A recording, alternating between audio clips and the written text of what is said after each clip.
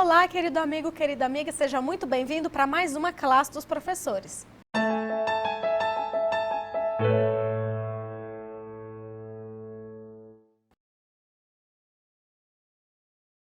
Nós vamos estudar hoje a última lição desse trimestre, lição de número 13, que tem o título de Iluminados com a Glória de Deus. Mas antes da gente começar, eu sempre vou pedir para você ajudar a gente no projeto da classe dos professores. Você pode ajudar se inscrevendo no canal. Não esquece de ativar o sininho das notificações para você saber quando tiver conteúdo novo no canal, dando um like, clicando no joinha que está aqui embaixo, compartilhando esse vídeo com as pessoas que você conhece. Assim, além de ajudar o projeto, você também ajuda a acelerar a volta de Jesus e deixando seu comentário aqui embaixo para a gente. Coloca o seu pedido de oração, a sua visão da lição, algum comentário que você queira fazer. E eu queria mandar um abraço especial para algumas pessoas que sempre acompanham a gente e que deixaram um comentário nas últimas lições que a gente gravou. Que são a Ineida Batista, que acompanha a gente lá do Cabo Verde, o Amós José, que acompanha a gente de Moçambique, a Ana Arruda, que acompanha de Ponta Grossa, no Paraná, e o Helder Cândido, que acompanha a gente da cidade de Lubango, na Angola. Muito obrigada pelo comentário de vocês. Continuem, por favor, comentando, deixando todos os pareceres de vocês e as sugestões para a nossa classe dos professores. Então, para a gente começar, eu vou apresentar para vocês os professores dessa semana. Lá na nossa extrema direita, esquerda de vocês, temos a querida Cris. Seja bem-vinda, Cris. Obrigado, uma alegria estar aqui e ter a oportunidade de mais uma vez estudar a Palavra de Deus com vocês. Amém.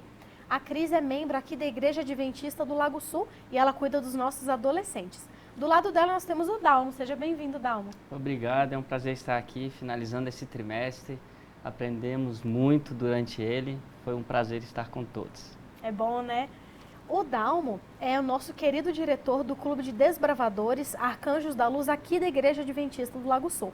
E do lado dele nós temos o querido pastor Flávio. Seja bem-vindo, pastor. Obrigado, Jéssica. Obrigado, amigos que têm sempre acompanhado com a gente, especialmente esse trimestre, uma lição muito especial como essa que nós estivemos estudando juntos. Amém. Ele é pastor do distrito do Pé Norte. Eu sou a Jéssica, também sou membro aqui da Igreja Adventista do Lago Sul. Então, para a gente começar, Dalmo, você ora para a gente, por favor? Oremos. Bondoso Deus, somos gratos porque tem nos acompanhado e nos ensinado durante todo esse trimestre. Obrigado porque agora vamos poder compartilhar também mais o seu amor nesse dia. Que o Senhor esteja com cada um. Eu te peço isso por Jesus. Amém. Amém. Amém. Lição de número 13. O título da lição é Iluminados com a Glória de Deus. E ela fala sobre a terceira mensagem angélica. Durante o trimestre nós estudamos primeiro um contexto do Apocalipse, da luta do bem contra o mal, e entramos nas 3 mensagens angélicas. Então hoje a gente vai encerrar o trimestre falando da terceira mensagem. E a gente sabe que, por todas as profecias que já se cumpriram, o tempo do fim está próximo. E a gente viu que, eventualmente, os guardadores do sábado não serão mais permitidos comprar e vender. E vão sofrer, perseguições. Mas a gente também viu que toda a tribulação que a gente passar aqui nessa terra vai valer a pena na vida vindoura. Pastor, o apóstolo Paulo, ele escreveu uma carta, para os crentes em Tessalônica e falou para eles vigiarem, ficarem sóbrios, porque o fim estava às portas, estava muito próximo. Se o fim já estava próximo na época deles, que dirá hoje em dia na nossa época, né? A gente tem uma visão muito limitada de tempo, porque infelizmente, por conta do pecado, o tempo de vida foi reduzido.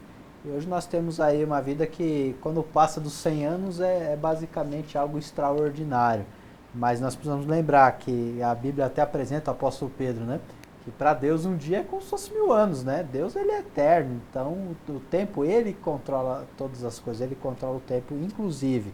O que é essencial para a gente, que nos tranquiliza o coração mediante esse assunto tempo, é que não tem mais nenhuma profecia com marcação de data na Bíblia para se cumprir. A gente falou, por exemplo, nesse trimestre, sobre uma profecia ali dos 1260 dias, 42 meses. Ela já se cumpriu. O cumprimento dela final, a data final dela, 1798. Já faz muito tempo. A gente vê, por exemplo, a profecia que faz referência ao juízo, foi outro assunto que nós conversamos, cumpriu em 1844, e essa era a última. Até 1844, muitas profecias com marcação com data. 1844, mas nenhuma. Já vivemos o dia do juízo, quando Deus falar, está feito, Jesus volta a esse mundo. Então nós já vivemos, no que nós podemos dizer, né, num contexto esportivo brasileiro, né, nos acréscimos, né, do segundo tempo. O jogo já está acabando, o mundo está no seu final, nós estamos prestes a ver o nosso Salvador. Por isso a orientação de Paulo, fiquem vigilantes, né, estejam em vigia, posição de vigia e sóbrios. Não deixe que nada aqui neste mundo tire a sua atenção daquilo que é o mais importante. Jesus está voltando. Esse é o mais importante. Focalize na volta de Jesus, que está quase para acontecer. É verdade. É um apelo, né, de urgência. E às vezes a gente perde essa noção, né, de urgência. E a Bíblia repete isso várias vezes, né? E aí a gente sabe que o Apocalipse, né, os livros principalmente de Apocalipse e Daniel, são aqueles que trazem a maior quantidade de profecias. E uma coisa recorrente nas profecias, e que muita gente que às vezes nunca nem estudou a Bíblia, não tem nem conhecimento, mas conhece, é a besta, né? Quando a gente vai estudar as profecias, a gente vê que na verdade existe mais de uma besta, né? Mas a grande besta que o pessoal, né, menciona e conhece mesmo sem conhecer de profecia é a besta que surge do mar, mencionada em Apocalipse capítulos 13 e 14. Dalmo, que besta é essa? O que essa besta significa? Como é que a gente se protege de uma besta dessa? Primeiro que essa besta, né, Jéssica, a gente percebe que tem a ver com um poder, né? E quando a gente destrincha o Apocalipse, e é importante isso, que ele foi revelado para o nosso tempo, é que besta, no Apocalipse, vai representar um poder. E é um poder, a princípio, quando você percebe que ele é um poder religioso. E ele tem também a figura de poder religioso político. Então a Bíblia, a Apocalipse vai destrinchando e dá umas referências dessa besta, para que a gente possa entender qual é o poder religioso hoje que controla as nações, né? Então a gente começa a entender aonde essa besta vem, o que representa realmente essa besta para os nossos tempos. Então a gente sabe que hoje essa besta é um poder religioso. E através da segunda besta, ela vai dar o poder para que a segunda besta a gente adore a imagem da primeira besta. Então esse poder que vem de uma nação, e se a gente for buscar Daniel, é o chifre pequeno, né, que vai trazer exatamente esse mesmo poder, que é um poder religioso e que tem influência no poder político. E qual é a nação, qual é o poder, qual é o poder, qual é a potência hoje que tem no mundo religioso em que faz com que todos o adorem? Então a Apocalipse vai trazer isso daqui. A gente vai deixar um pouquinho suspenso, por quê? Porque a Bíblia ela é para ser estudada, né? E a partir do momento que a gente está dizendo aqui que ele é um poder político-religioso, eu preciso destrinchar isso daqui e perceber quem é a nação hoje que faz esse comando, né? Por que a gente vai ser preciso a adorar o que ele manda, né? A gente teve um tempo atrás onde todo o poder político era regido por um papado, pela igreja, né? E depois houve esse desmembramento. Mas a gente percebe que isso volta a se unir aqui nesse tempo e no nosso tempo. Então a gente precisa saber que poder é esse e se ele está pedindo para a gente fazer uma falsa adoração. E se ele está pedindo para a gente fazer uma falsa adoração, eu preciso saber qual que é a verdadeira adoração. E aí eu preciso conhecer a verdade. E aí a gente vai ter a verdade, Cristo é a verdade, o sábado é a verdade, entre outras verdades. Deus é a verdade, a Bíblia é a verdade. Então se alguém estiver desvirtuando a verdade, eu já consigo identificar quem é esse poder político e religioso. É um ponto interessante aqui sobre essa besta, né? Só complementando meu amigo Dalmo. Apocalipse 13, verso 8 diz assim, e adorá-la-ão, né? Todos os que habitam sobre a terra, aqueles cujos nomes não foram escritos no livro da vida do Cordeiro, que foi morto desde a fundação do mundo. Ou seja, vai seguir essa besta, vai seguir esse poder, somente aquele que não é verdadeiro adorador de Deus. Então como é que eu vou saber para me defender? O que eu preciso? Adorar a Deus, buscar a Deus, é Ele. Aí eu vou ter o remédio certo. E é engraçado que a gente comentou sobre isso lá na primeira lição, né? Que você até comentou sobre o verdadeiro adorador e o falso adorador. Que o verdadeiro adorador é aquele que busca a Escritura para aprender o que Deus pede e adorar a Deus da forma que Deus pede, sem se apoiar no seu próprio conhecimento, né? E o falso adorador é aquele que adora de acordo com aquilo que ele acha que é o certo. Então, olha só como é importante a gente estudar com afinco tudo. Porque uma coisa vai levando a outra e vai ajudando a gente lá no futuro, né? Então a gente vê, a gente tem um poder. Para a Bíblia falar que todos sobre a terra que não tiveram o livro escrito na vida vão adorar, é porque o engano não vai ser pequeno, né? Então, muita gente vai cair. Por quê? Por falta de conhecimento, né? Porque não estudam. E aí a lição segue, né? E o título da lição de terça-feira é A Reforma Continua. Cris, por que você acha que o autor da lição deu justamente esse nome para a lição de terça-feira? Então, Jéssica, ao longo da lição nós viemos estudando que houve algumas introduções errôneas, né, nas doutrinas cristãs. E quando a gente fala em reforma, quando você vai reformar a sua casa, é porque tem alguma coisa ali que não está legal, né? Alguma coisa ali está estragada e você precisa fazer essa reforma. Ninguém vai reformar o que está perfeito. Então, quando o autor coloca esse título, no meu ponto de vista, é porque, assim, como foi introduzida algumas coisas que vieram da tradição humana, nós precisamos fazer uma reforma, né? E como que nós podemos fazer essa reforma? Porque a reforma, ela nos dá o quê? Uma ideia de reorganização, correto? Mudanças de ideia, de teoria, os hábitos e a prática da vida cristã. Então, eu acredito que o autor, ele usa esse termo porque para que Cristo realize essa reforma, para que ele volte ao que foi originalmente colocado por ele, nós precisamos, Deus, ele nos permite cooperar com ele, né? Então, eu acredito assim, que o povo de Deus, ele é convidado para participar dessa reforma e preparar o caminho para a volta do Senhor, com a verdade presente que está na Bíblia. Então, eu acredito que por isso que o autor deu esse título, porque nós precisamos reorganizar o que foi bagunçado pelas ideias errôneas que Satanás introduziu no meio cristão. É interessante, Cris. E aí a lição traz um questionamento que eu vou fazer inclusive para você, que fala justamente sobre a autoridade. E aí eu vou pedir para você deixar a sua resposta aqui nos comentários. O questionamento da lição diz assim: as questões dos últimos dias e de todos os dias se resumem à autoridade. Qual autoridade seguimos? A de Deus, a nossa, a do poder da besta ou a de outra pessoa? Fica aí a autorreflexão. Coloca aqui nos comentários o que você acha. Qual autoridade que a gente deve seguir para a gente ter sucesso na vida? E aí a lição segue, na lição de quarta-feira, né? O autor menciona que ele fala sobre o caráter de Deus, que foi questionado por Satanás lá no céu, né, pastor? A glória de Deus é o seu caráter, a lição ela coloca. E isso desde o princípio foi questionado pelo inimigo. Lúcifer lá no céu, ele questionou o caráter de Deus, porque ele pensava o seguinte: Deus é injusto, porque tem esse daí, Jesus, né? Anda aqui com os anjos, é como nós, mas ele é exaltado, e Jesus era exaltado no céu, né? Sempre foi, desde toda a eternidade. E aí o inimigo, ele coloca aquilo ali no coração, mas se ele pode, eu também posso. E por isso entra todos os textos, né? Que a gente tem nos nossos estudos bíblicos sobre a origem do mal, né?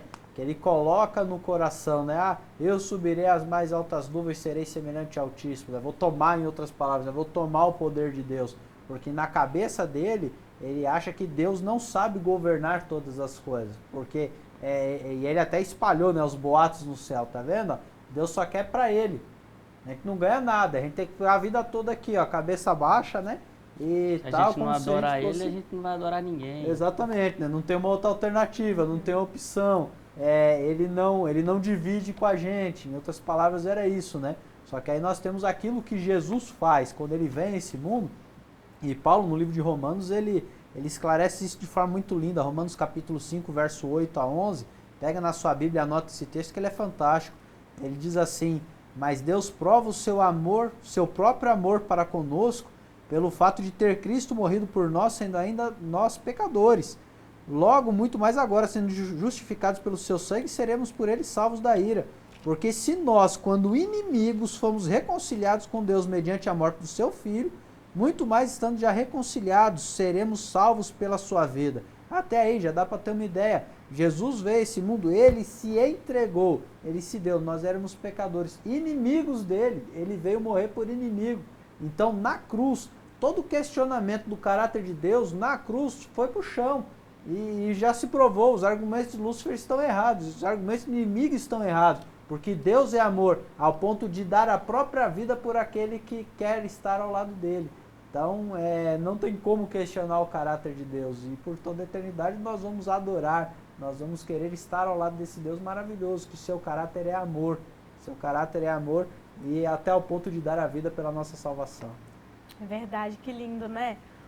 E aí a gente, né, falando sempre de Apocalipse, a gente conversou agora há pouco, né, sobre a imagem da besta. O Apocalipse é recheado, né, dessas imagens. Então a gente já viu, é besta que surge do mar, é besta que surge da terra, é mulher vestida de púrpura, é mulher que foge do dragão, e é dragão que tenta comer o filho da mulher, e aquela coisa toda, né? E tem uma imagem, né, um animal aqui, um símbolo que a gente ainda não estudou, que é o cordeiro. Quem que é o cordeiro, Dalmo? Mais uma vez, né, falar do cordeiro a gente precisaria de um trimestre para falar do cordeiro, né? Mas a lição ainda traz o título como? O cordeiro que foi morto. Então ficou bem claro, né? O cordeiro que foi morto é Cristo, como o pastor já começou a sua fala aqui. Deus se fez no meio de nós por opção, não foi por obrigação. Então a questão da adoração ao cordeiro e a adoração a Deus é pelo que ele é. Então, foi por terra tudo que foi por água abaixo, tudo que o inimigo disse sobre ele. De que ele era autoritário. Deus, na pessoa de Cristo, na presença de Cristo aqui na terra, ele se ajoelhou para lavar os pés. Então, peraí, que Deus é esse? Criador, se fez presente, né? E lava os pés, ou seja, ele precisou de se ajoelhar ali para lavar os pés. E não era um ato de adoração, era um ato de submissão, era um ato de amor, era um ato de servidão. E ele demonstrou para cada um de nós o que fazer. E achei interessante o que o Mark Finley trouxe para a gente, é que essa figura do cordeiro vai trazer para mim e para você servir um ao outro. Então ele vai além da questão do sacrifício que Cristo fez por mim e fala assim, Dalma, agora faz alguma coisa pelo próximo.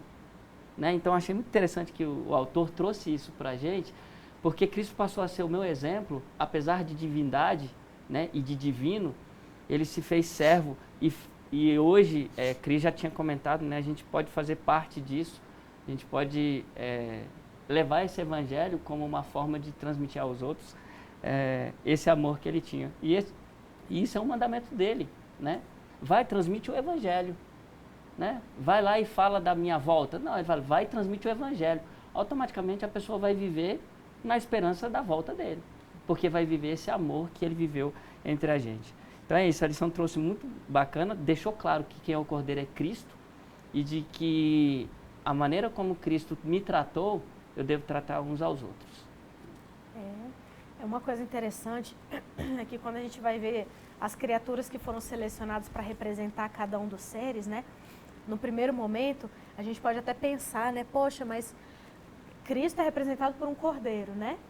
E aí Satanás é representado por um dragão. Quando você vê, o dragão é uma criatura muito mais poderosa, né? Muito mais forte. E a primeira lição, ela no sábado, da lição 1, ele começa falando, né, sobre como muitas vezes a gente vê e percebe que a gente não é uma questão numérica, né? A gente está em desvantagem. E como muitas vezes a gente sente que o poder do mal é muito maior.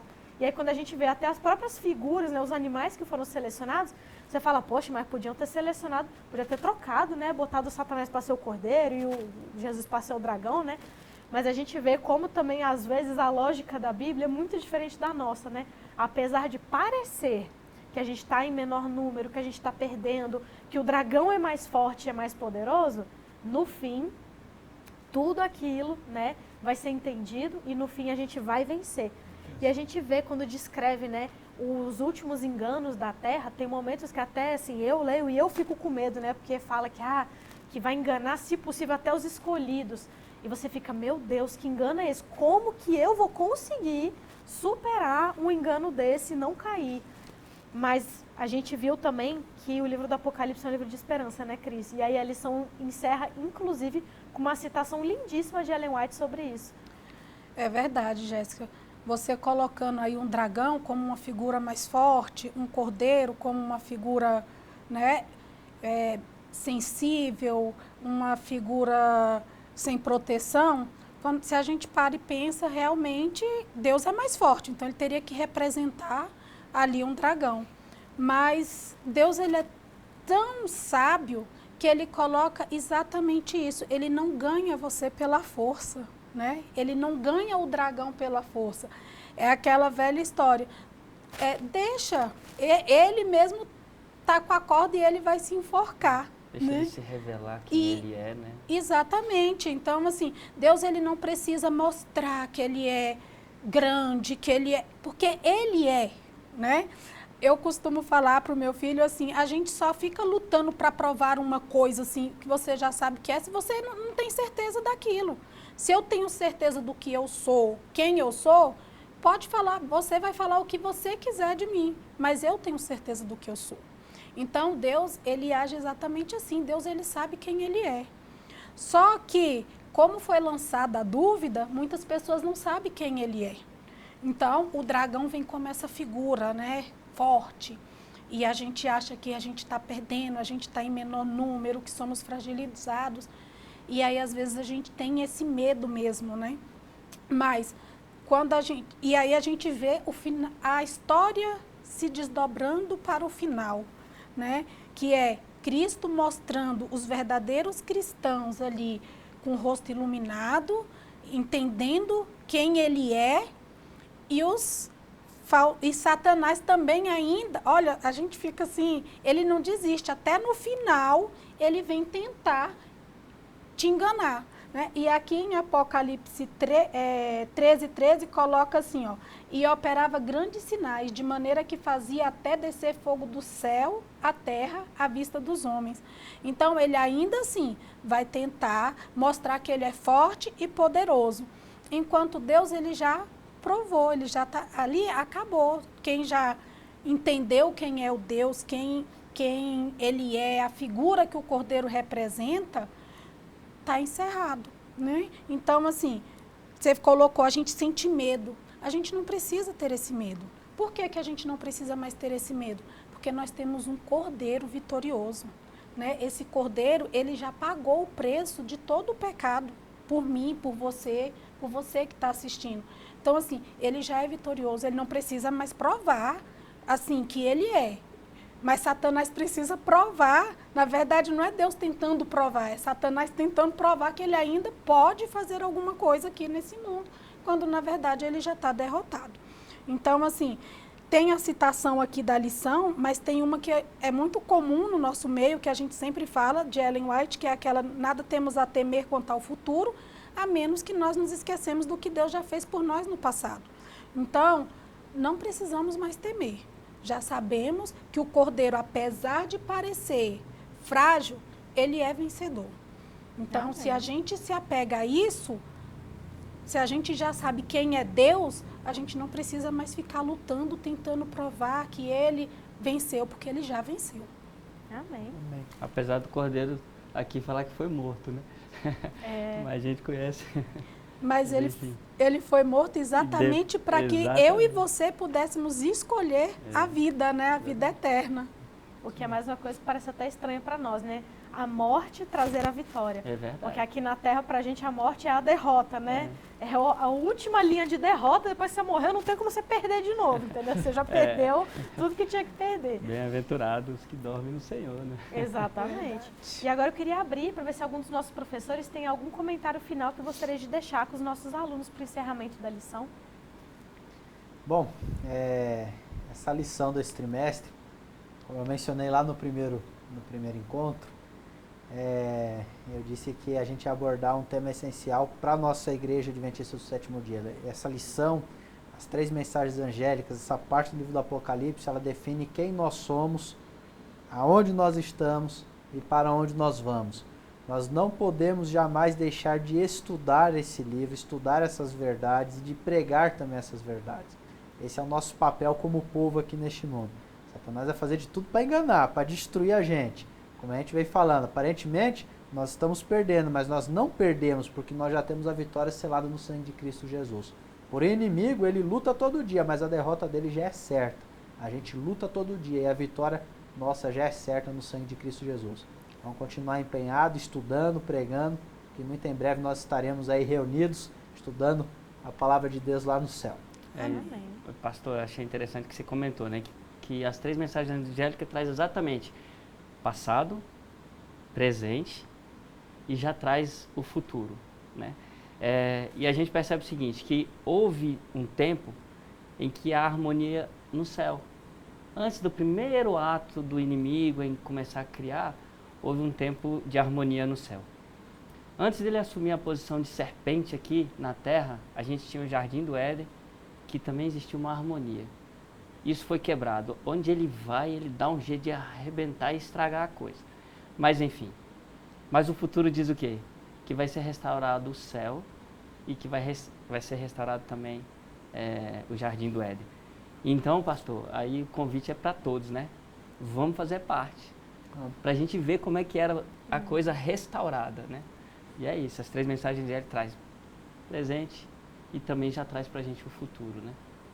Pois E é. que a verdade vai prevalecer, né? No final de tudo, a verdade ela vai aparecer e vai ser provado para todo mundo, e ninguém vai ter mais a dúvida de que pingo de dúvida. De que Satanás realmente ele não tinha razão, que o caráter de Deus é verdadeiramente amor.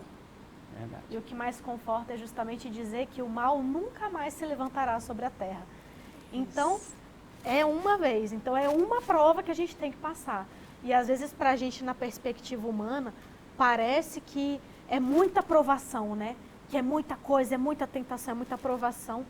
Mas o dia que a gente estiver lá, a Bíblia é bem enfática em dizer, né? Vai valer a pena. Então, se esforce aqui agora, da mesma forma que aqui na Terra a gente já tem uma percepção disso, né? Você vê, por exemplo, quando você vai ter uma prova e você estuda com antecedência, naquela hora parece muito chato, você abrir mão de tempo, sair com os amigos e tal. Quando você chega na prova, você fala, nossa, valeu a pena eu ter aberto mão, né, daquelas coisas e ter estudado e tal. Da mesma forma, vai valer a pena, e vai valer a pena de uma forma que a nossa mente não consegue nem imaginar, né? Então a gente só vai conseguir ter uma noção do tanto que valeu a pena quando chegar lá. Então, permaneça firme, busque a verdade, adore a Deus da forma que Ele pede, mesmo que você tenha que sacrificar ideias pessoais, vontades, desejos, abra mão de tudo aqui nessa terra por Ele, porque vai valer a pena. Cris, você ora para a gente encerrar, por favor? Vamos orar então. Querido Deus que estás no céu, nós agradecemos porque mais uma vez nós tivemos a oportunidade de aprender da Tua palavra. Senhor, obrigado porque o Senhor já garantiu a nossa vitória na cruz. Obrigada porque entendemos que já somos mais que vencedores pelo Teu sangue. Nos ajude a caminhar a cada dia nessa verdade e que jamais Satanás coloque a dúvida em nosso coração. Que nós possamos verdadeiramente ser adoradores e agradecemos porque sabemos que muito em breve iremos morar contigo nas mansões celestiais, onde não mais haverá dor, luto, nem tristeza, Senhor. Por isso nós somos eternamente gratos a Ti pelo Teu sacrifício.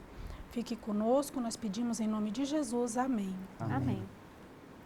Muito obrigada pela sua companhia. Não se esqueça que a classe dos professores não é um substituto para o estudo diário da lição.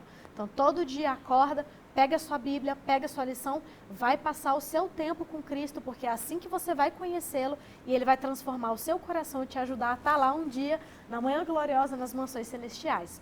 Enquanto Ele não volta, a gente vai estudando e se preparando, né? Então, obrigada pela sua companhia. A gente espera você na semana que vem para mais uma lição, mais um trimestre e mais uma classe dos professores.